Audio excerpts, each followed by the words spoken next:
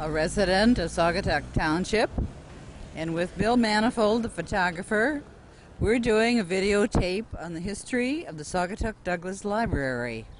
And here we are standing on a beautiful summer day, June 1997, and showing you the very first library that existed in this area. A little corner house, a little white house, on the corner of Huffman. Many years ago, this street wasn't nearly as busy as it is now. Even though this is a weekday, why there are still many tourists, many retirees who are shopping for their favorite things, t-shirts. The Old Harbor Trading Company, the little house that once was home to two elderly ladies, one married who lived and widowed who lived with her sister, who after leaving the house donated it to the Women's Club, and they in turn started the library, which was only open just a few days in a few of the rooms of this really old house. June Fox, a well-known librarian here, although not trained as such, started her career with the Saugatuck-Douglas Library in this pretty little Victoriana Midwestern house with the picket fence. In 1969, with the help of many couples and others of the area, the library was moved from here to be expanded across the street on Butler Street to another building, which we see now. It was a wonderful day of crisp winter when everyone moved the books across the street when the street was closed off by the police so that the move could take place. It's now two storefronts are occupied by the American Spoon Company and a very favorite place for the locals, the Village News Stand.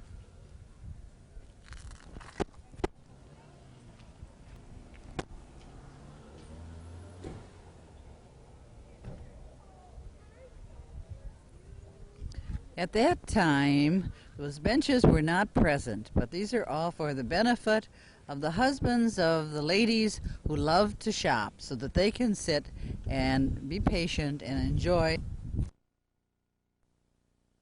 The library was moved once more. That was about 12 years later. The library is who wanted to show downtown Saugatuck and the beautiful Georgian Women's Club that has been built behind the little house where the first library existed. Once we get over to the Douglas Library, or the library in Douglas, the current library, we'll show you some little children during a storytelling time. We'll interview the current librarians, show you some interior shots, and then have a little longer interview with June Fox, who was the librarian who made the move from here to there to here. And finally, we'll finish up with some scenes of the current library, plus an interview with Charles Rickett, the very dynamic president of the current library board, who has done so much for our community in many ways. So, here we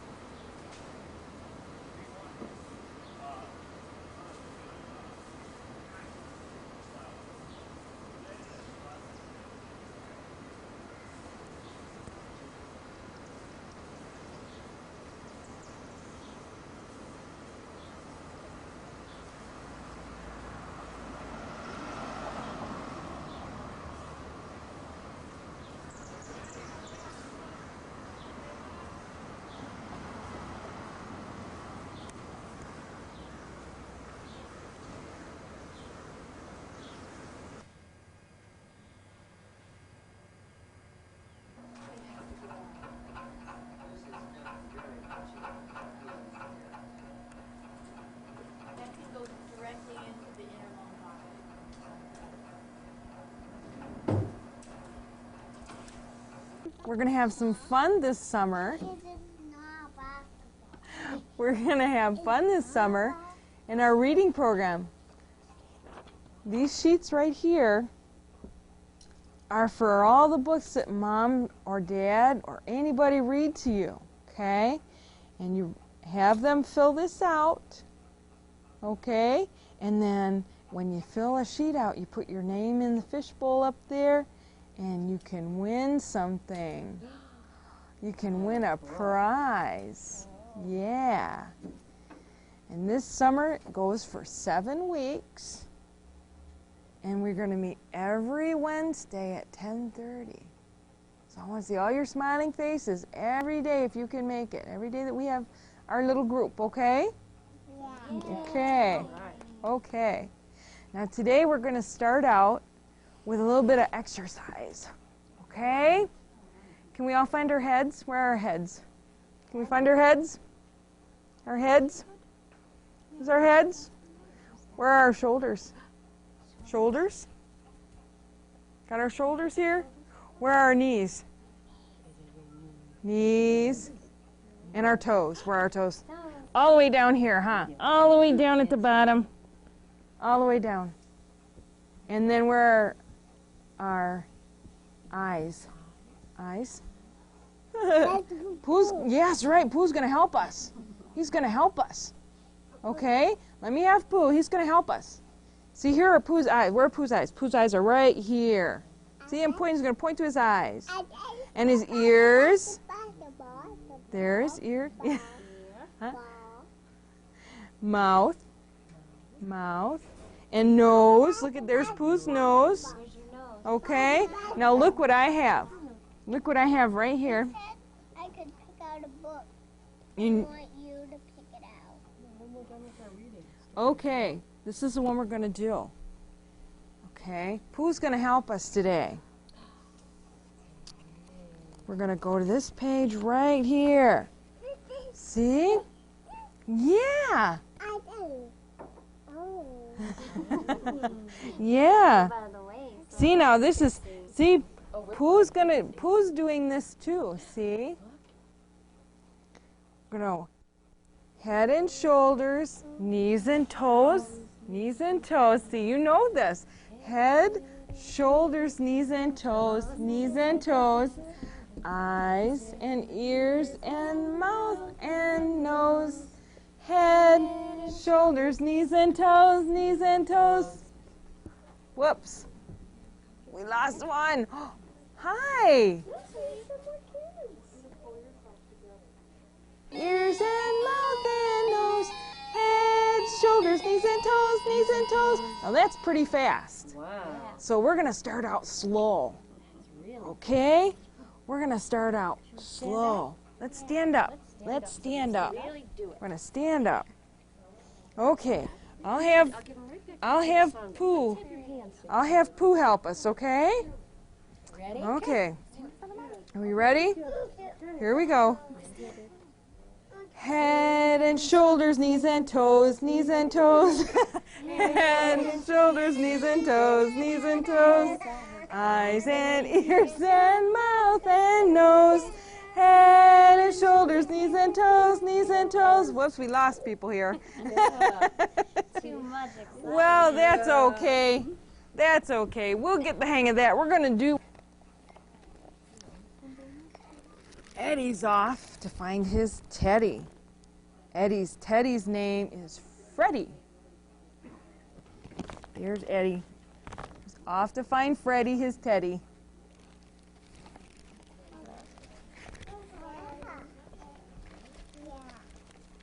He lost him in the woods somewhere.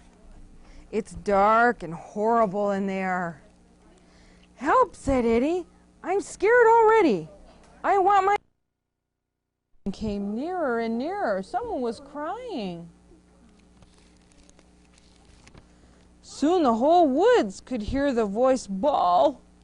How did you get to be tiny and small? You're too small to huddle and cuddle, it said. And you'll only get lost in my giant-sized bed. Look at this. Wow, look at that bear. It was a gigantic bear and a tiny teddy stomping toward. Look at the teddy bear here. Look how small that bear is. The giant teddy and Eddie. The bear's coming. Who do you think that bear belongs to? Huh? Whose bear is this? Who does that belong to, do you think? Huh? My Ted! Gasped the bear. A bear! Screamed Eddie. Oh no! He's scared of this bear. I'm at the Saugatuck-Douglas District Library, and we're taking some wonderful pictures here today of all the activities at this library. And firstly, I'd like to introduce the present Director of Library Services, Martha Betcher, who lives in Holland but spends most of her time here in Saugatuck with this very, very busy library. So I'm going to let her speak and tell us a little bit about herself and what her goals are for the library here and what things that she thinks that she's accomplished during her tenure. Martha? Thank you, Helen.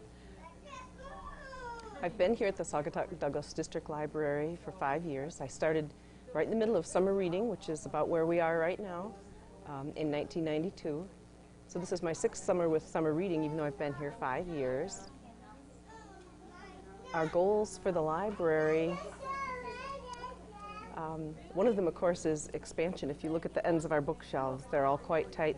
If you can see in the background, there's books on top of every shelf, and those aren't necessarily displays. We're just trying to keep the books in the library. But we do have a nice new addition through the back doors there. You can see the trim isn't quite painted, nor are the doors. But it'll be a nice addition, about 800 square feet, 400 up, 400 down.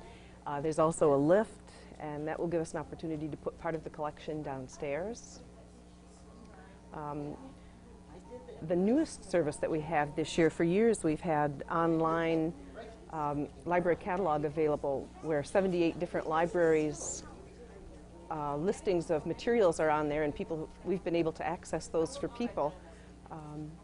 And now we have stations where our patrons can come in and access them themselves. We also have 3 stations where people can access the internet, the World Wide Web. Thanks to organizations in the community, the Saugatuck Women's Club, the Garden Club, the Saugatuck-Douglas Art Club, we've been able to add some very nice things to the library. We have a flatbed scanner that attaches to the computers, and some very nice display cases for art books.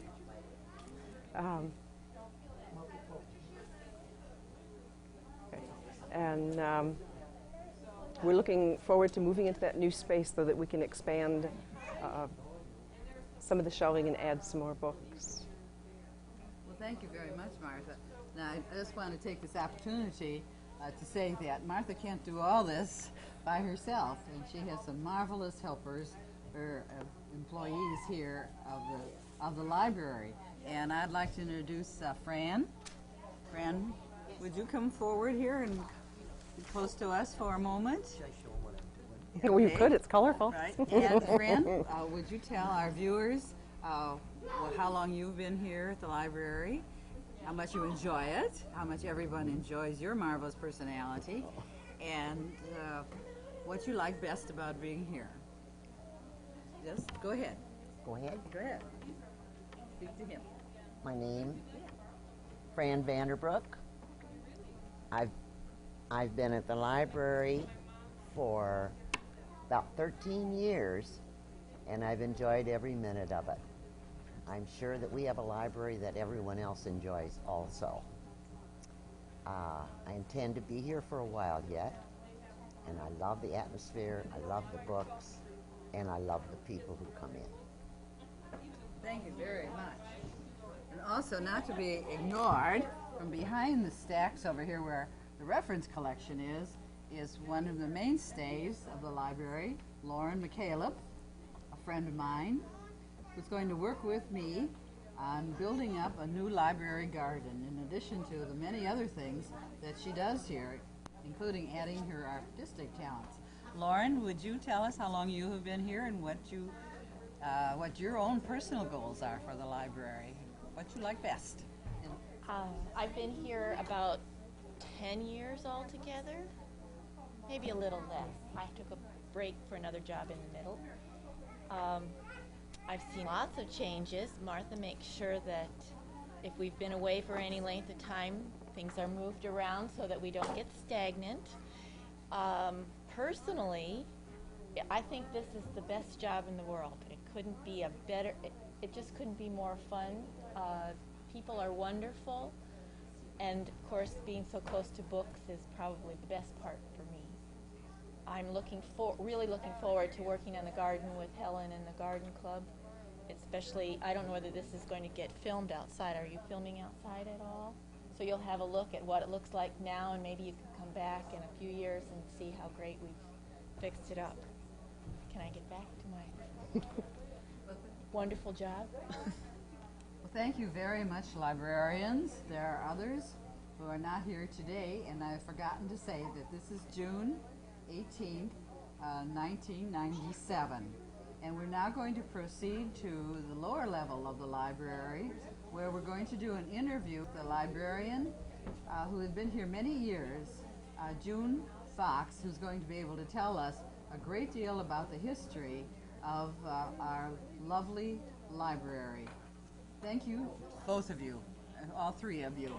My name is Helen Van Mel, and I'm a volunteer for the Saugatuck Historical Museum, who is compiling a video record for the archives of the history of this area, the Saugatuck-Douglas area.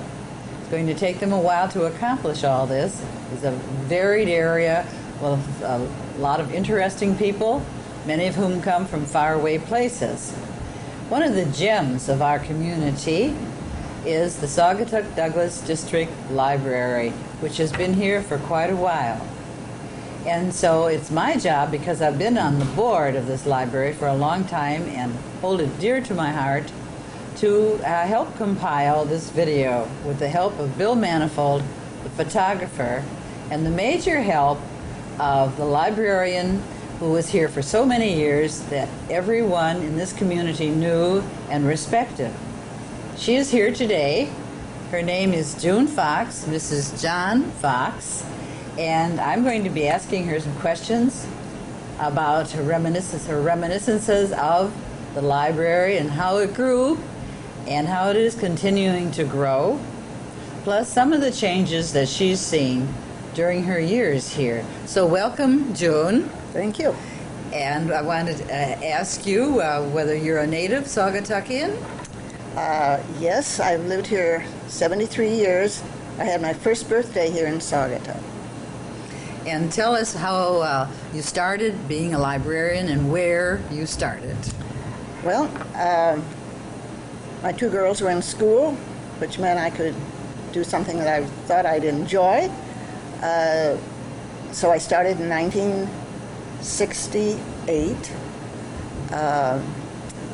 as assistant, rather. A woman by the name of Marge Breckenridge was at that time. There was no such thing as a librarian as they are today. It was all volunteer. When I started, I was volunteer. Mrs. Breckenridge was not. Had a little library in what is now the Women's Club building. I think it is now a shop. Book in the corner, 25 cents a week for the new books that we had to buy. The others were all used books that were donated to us. I had my most fun there working up the card catalog, which there was none at that time. Then we moved across the street to the old IGA store, which was ideal because the floors were already shored up for the heavy canned goods and etc. And we then took over another building there, which was in a dress shop, so we had two buildings opened up between them. Had a children's room and the adult room. That was next to the old post office? No, right across from the Women's Club. It is now the... On track? No, it is the paper shop and American Spoon. And they closed them back up again now. There are two buildings. And then, of course, in '81 we moved over here. Tell us about that. That must have been a horrendous job. Yes, it was. But you know, the one when we moved from the Women's Club over to across the street, the town closed the street off. We had a German band. Mr. Walcott, the librarian at that time in Holland, he and I packed up the books in the... Mr. Brown from the grocery store gave us all the carts. We packed them up. The library board members were across the street. They put them on the shelves where I had indicated, and you know, there was hardly a book out of place. It was just wonderful. And they had something for everybody to eat. The town kids helped push the carts back and forth across the street. And so that was really quite an easy move. The one over here was not so nice. It was across the bridge on flatbeds with books piled in boxes. It took a lot longer to move over here, but it was wonderful to have space. Saugatuck was quite disappointed that we couldn't stay there, and we were somewhat too, but there was not a building that could hold the volume and the weight of the books, so we came over here and loved it. It was very nice. I want to interrupt by saying that this is not an advertisement there and advertise McDonald's whether we want to or not. What are some of the major things, changes that you've seen in the library here? Well, of course, the technology. That's about the time I decided it was time for me to retire.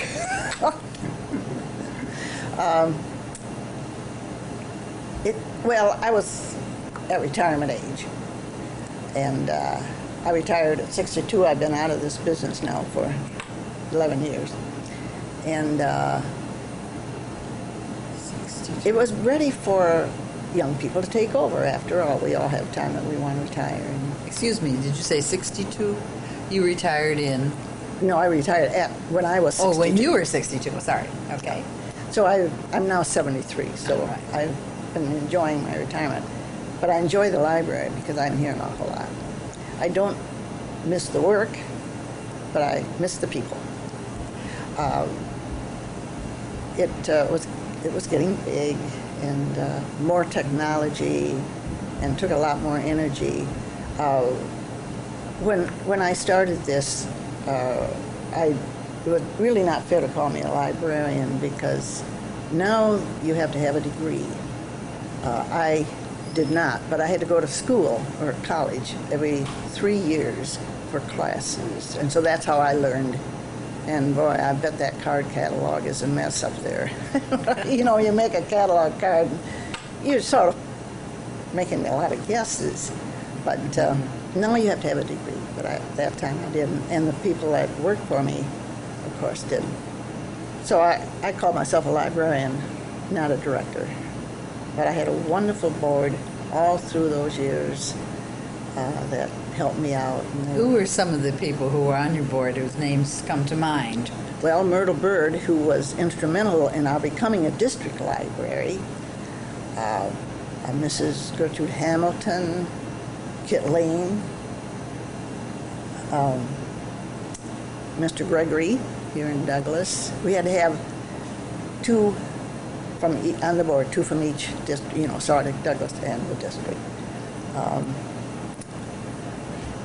Joy Mullenbach, my goodness, Pam Matson. Wasn't there a man by the name of Paul? Oh, Paul Sobel. This is his room right over here. Well, tell us about that room and this room, please. Well, it was awfully nice of them to give us a room.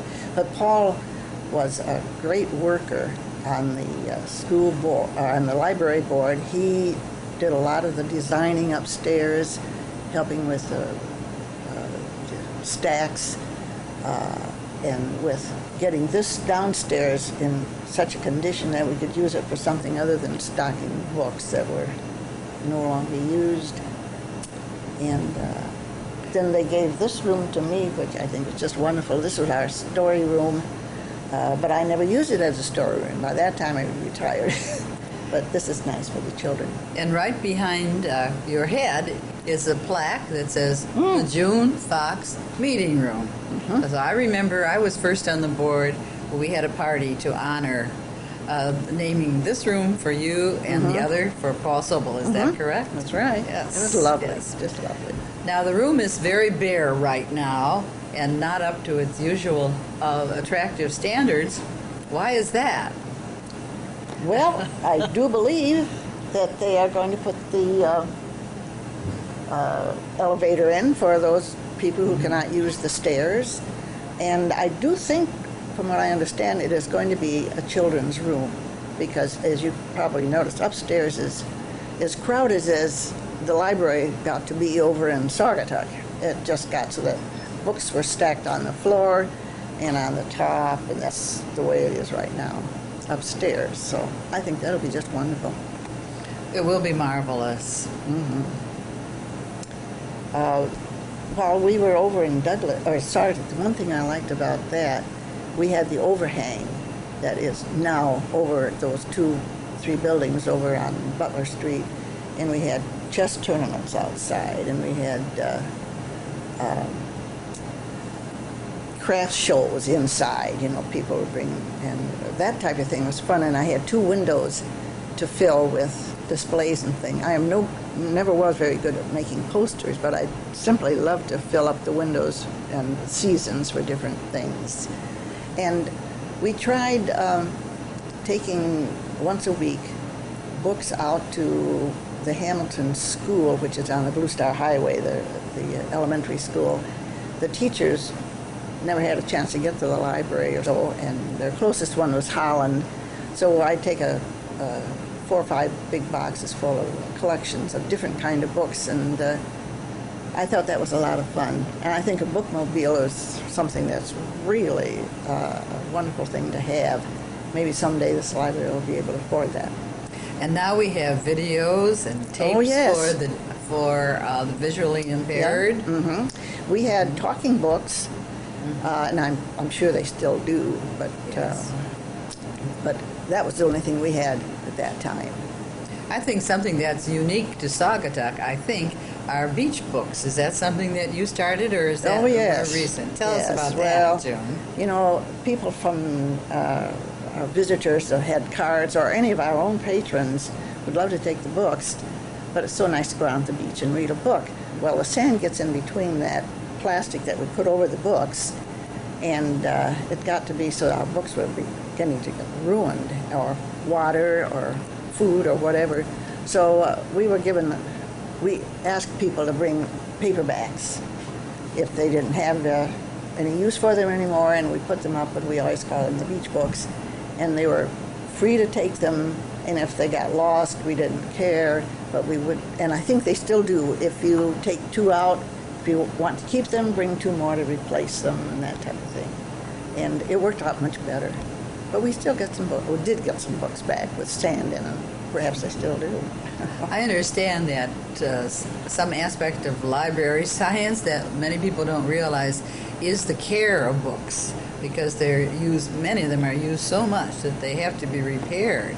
Oh, yes. And you have to know how to do that, don't you? I mean, yes, there's that special was techniques. There was a course that we had to take. Actually, had to take a course. We took a course on finding books, and I think that's what Fran upstairs is doing most of that. I guess she's felt that she was enjoying doing that. But I just brought a book back today and left it up there and told them the pages are coming out. But they don't bind books like they used to. The books, I think they're more cheaply bound. I don't know. Is one of the pleasures of being the librarian is choosing the books that you purchase? Yes. I was all alone for years, and then I had Lynn Waugh came in to help me. What was her name? Lynn Waugh. Lynn Waugh. Thank you. And we would get catalogs and go through them and check. You know, the librarians aren't supposed to censor You know, you have to be very careful about that. But in a way, we were censoring because we only had so much money, so you would want, especially the novels, you'd want to pick out books that you know the majority of your patrons would use. So I think in a way we were censoring. Well, that was a situation that couldn't be avoided if in fact it was censoring. Did you ever have any peculiar experiences with people objecting to any of your choices? Oh, yes. One woman came in and she was quite upset because her little library, had the book she had just taken out. But not very often. Because we didn't have the computer, in those days you wrote your name on a card that was slipped in the book. When you brought it back, you found the card, put the book back in. And some people would say, scratch my name off that card. I don't want anybody to know I read it. So it was fun. I love the people. I miss the people. I don't miss the work. I love the people. Yes. Well, there's a lot of behind-the-scenes work in Oh, in the yes. bookstore and in the library, I'm sure. Yeah. Well, I see you have a few notes, so Well- before we finish, maybe you'd like to just glance see if there's anything special that you wanted to add to this interview. Well, I don't think there was, except that I did want to let you know that Mrs. Myrtle Bird was the one that really was instrumental of becoming, which gave us more money. I started out with $500 and all of the donated books. And so, of course, when 3 governments were giving us funds, we were doing much better. I think I probably told you about everything that was on your mind. That was on my Well, mind. thank you very much for coming today. It's been, well, both Bill Manifold and I learned so much Well, I'm from glad. all of our interviews. And, I think maybe you ought to edit it.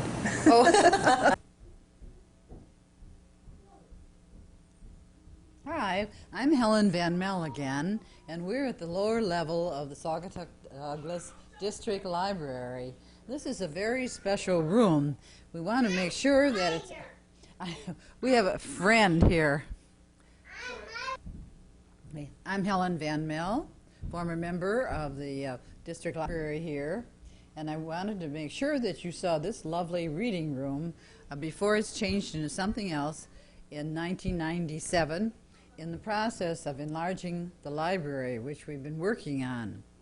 One of the fascinating parts of this room is one feature that we didn't expect to have, and that's this steel post, which was placed here by our head of our trustees, Charles Rickett, who has done so much for the library. One day, this is the story behind this post, right in the middle of this beautiful room. One day, Martha, the librarian upstairs, noticed that the floor was sagging. Now, this is an old building, a former church, and she could just picture a terrible catastrophe. And true, the floor was sagging. So Charles Rickett brought in some volunteer architect friends, and they decided that one post would be enough to hold up the library. So here it is, and we decided that we were just going to pretend that it's not here. But you can't miss it, of course. This beautiful room is filled with art. And the art has been provided by the library board's funds. Every year, one of our trustees, Krista Wise, an artist and currently art teacher at the Saugatuck High School. It's okay, we just turn it off. Don't worry about it, we just turn it off. And Krista Wise is a fabulous person who has devoted a lot of time to the library in her otherwise busy schedule. And as I was saying, one of the things she and another board member do is go to the Juried Art Show in downtown Saugatuck every July, and they buy a new work of art for this room or for some other place in the library. And on the walls, you will see the results of their choices. Works primarily by local artists or Michigan artists who all come to the library, to the Juried Art Show every year. And of course, they're always pleased to have something that is hung on the walls of this room. And so they will be redistributed. Some will remain here, and some will be redistributed in the future.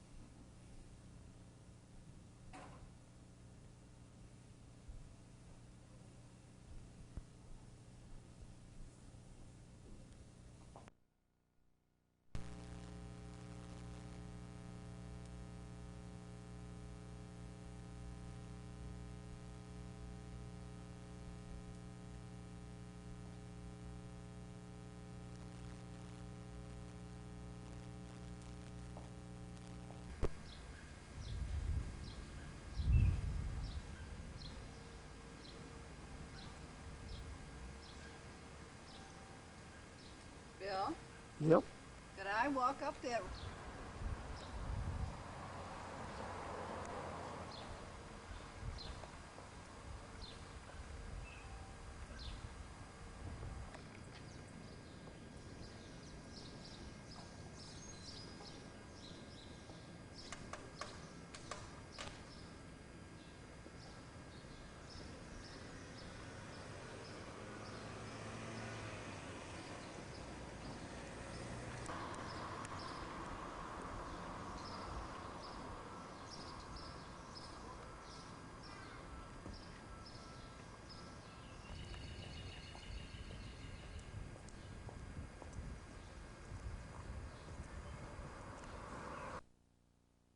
June 26, 1997, and Charles Rickett, President of the Library Board of Trustees, and myself, Helen Van Mel, are here in the main room of the library to talk about some of the things that he's accomplished during his almost 8 years of being president. We're going to talk a little bit about finances, or he will talk about finances, and then we're going to go into the new edition where he's done a lot of work, not only himself, but has hired everybody else to do it, and ask him to describe what's going on there. So first, can I call you Chuck? Sure. Chuck? Why don't you tell us exactly how long you've been on board, the board? I am finishing, Helen, I'm finishing up 8 years, although as I recall, I probably was on the board for something a little less than a year before that, because I filled in the unexpired term of Ron Wilkins from Wilkins Hardware, and that was sort of introduced me to the library board. So I suspect now, by the end of the year, I will have been on the board almost 9 years. And what do you think is your greatest accomplishment during this period of time? There have been a lot of them, I know. Well, the first 3 or 4 years I was on the board, it was just as was the case with the city council. It takes you that long to get familiar with how the library operates, how it functions, how its resources are gathered, and how things are spent. And it became very obvious to me that there was going to be a period where the library's source of revenue had dwindled or had been invaded, so to speak, and we were facing a time when we obviously needed to do something with the building and or find other facilities. or shore up the revenue sources so that we would be able to just continue on and exist.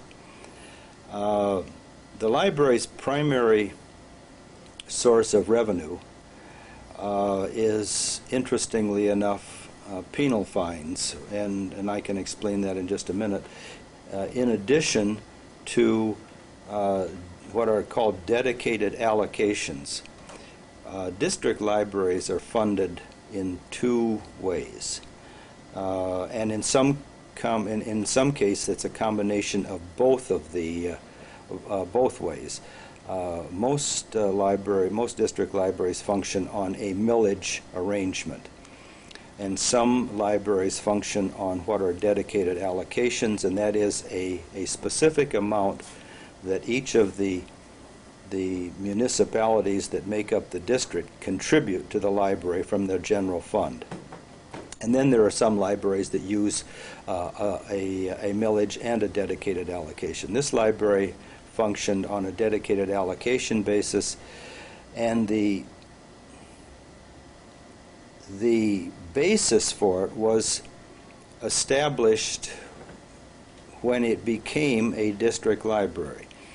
And that was that each of the three municipalities, the village of Douglas, the city of Saugatuck, and Saugatuck Township, would develop or would figure their dedicated allocation on what was 3/10 of a mill.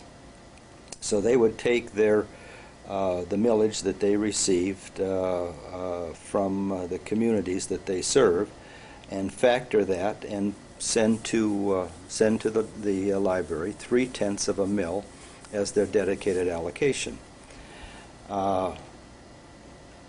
During that time, the source of revenue that the municipalities receive, the source of revenue that the municipalities use is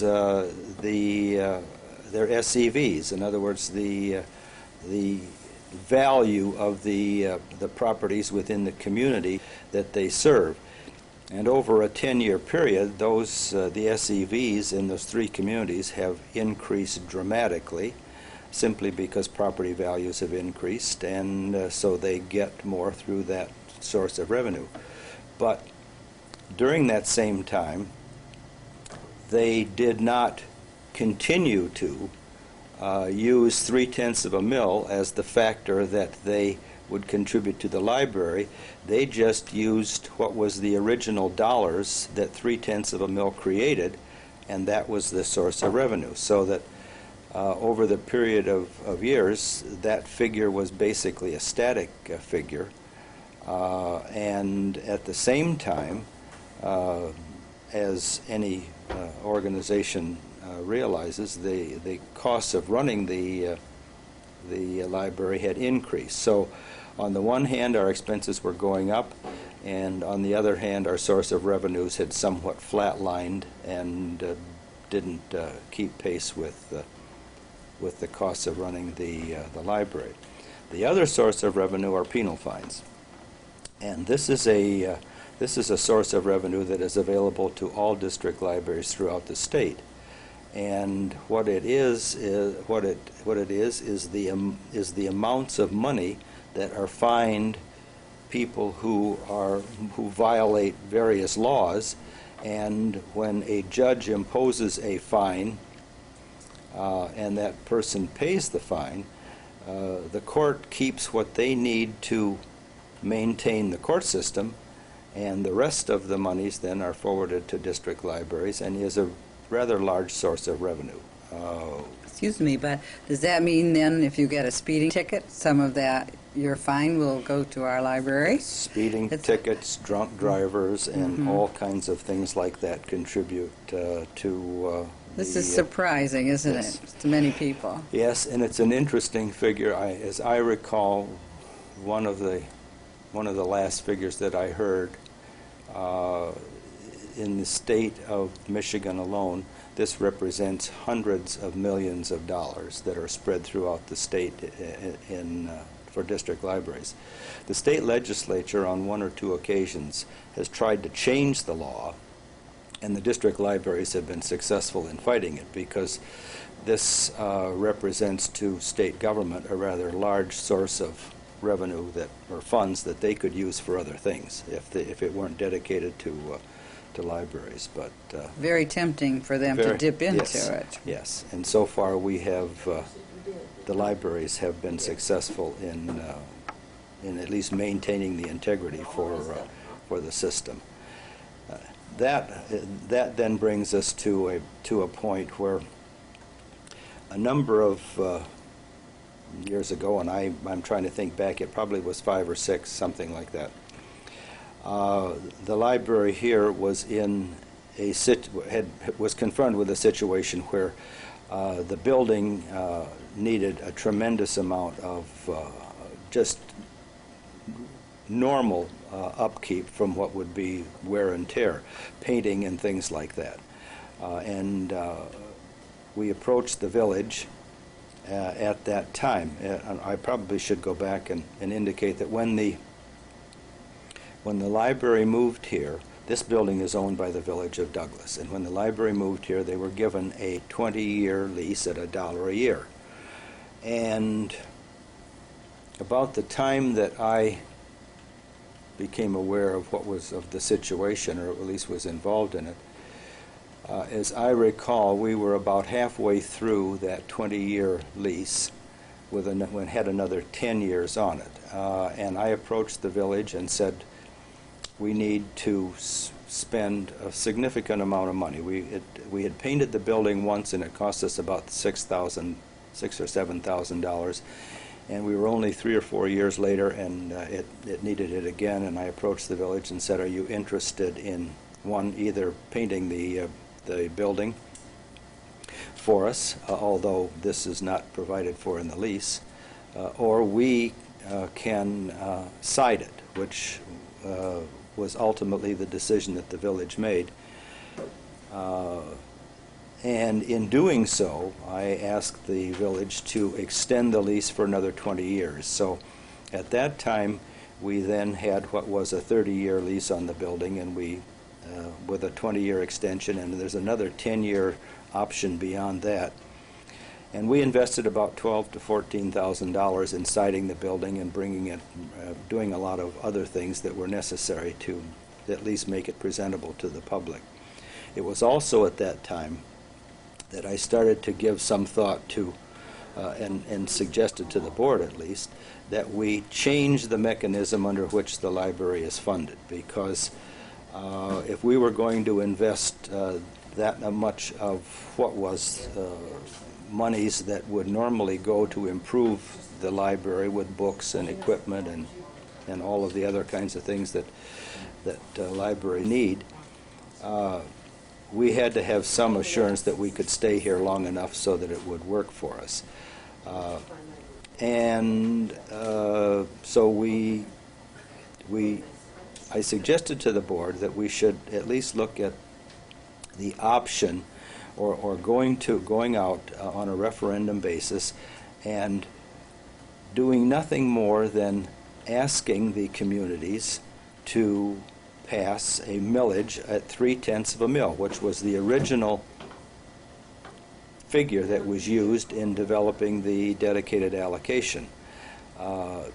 Interestingly enough, between the period when they first factored the 3/10 of a mil against the local SEVs and established that as the mechanism for supplying or for producing the dedicated allocation, and 4 or 5 years ago when we started I started this whole project, the amount of money that 3/10 of a mil would produce in today's environment was twice the amount that was being given to us by the 3 communities, which is the result of property values increasing and the mill being, a mill being worth a great deal more than it was 10 or 15 years ago.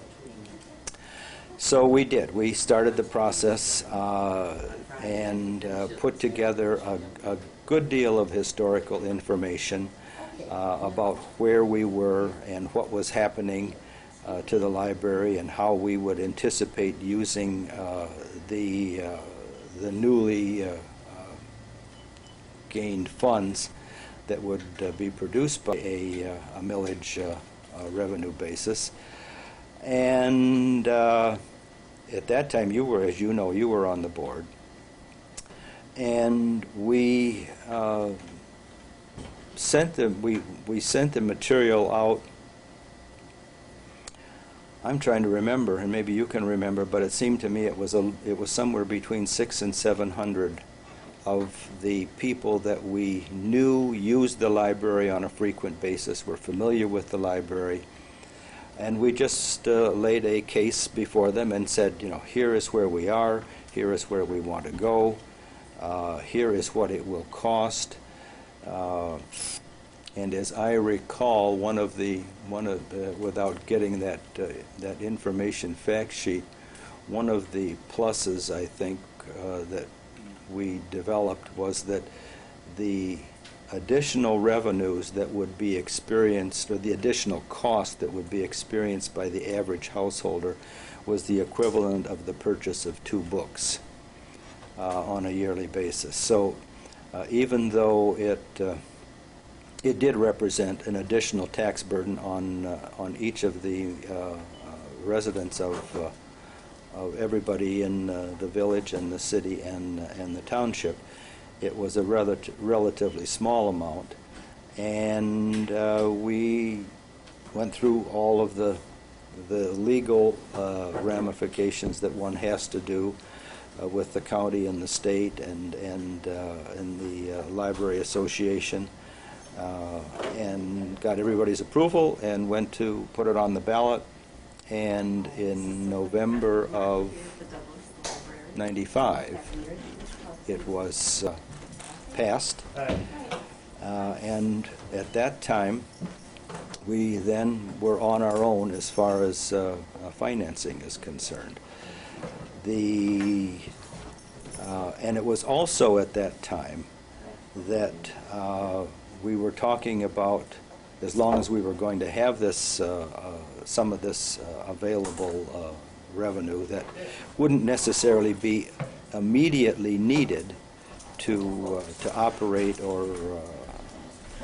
the library or provide for additional services, maybe we should think about making some addition or some changes in the building itself, primarily to make it more handicapped accessible. For anybody that's been to the library on any frequent basis, they realize that we have a lovely, beautiful area on the lower level, which was not accessible to handicapped people, because as you enter the building from the outside, you come up a half a level and you go down a half a level. There was a ramp when the building was converted to a library. There was a ramp that was built on the south end, which did not meet ADA specifications, because at that time the specifications weren't appropriate or pertinent. Well, may I interrupt you and say, why don't we go and see how this new edition is coming along? It's almost finished, wouldn't you say? And would you give us a short tour of it? Sure. Let's do that. The things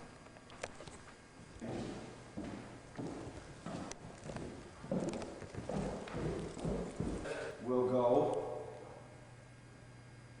and the only thing that's missing from this project at this point is the lift itself. It supposedly is going to be available in the next 2 or 3 weeks, and then we'll be installed and we will be basically on our way. This door behind you is the ramp for the disabled. So let me get this open. Oh, no, that's not this. And this, oops. And this door opens to what is now the new handicap ramp to this area, and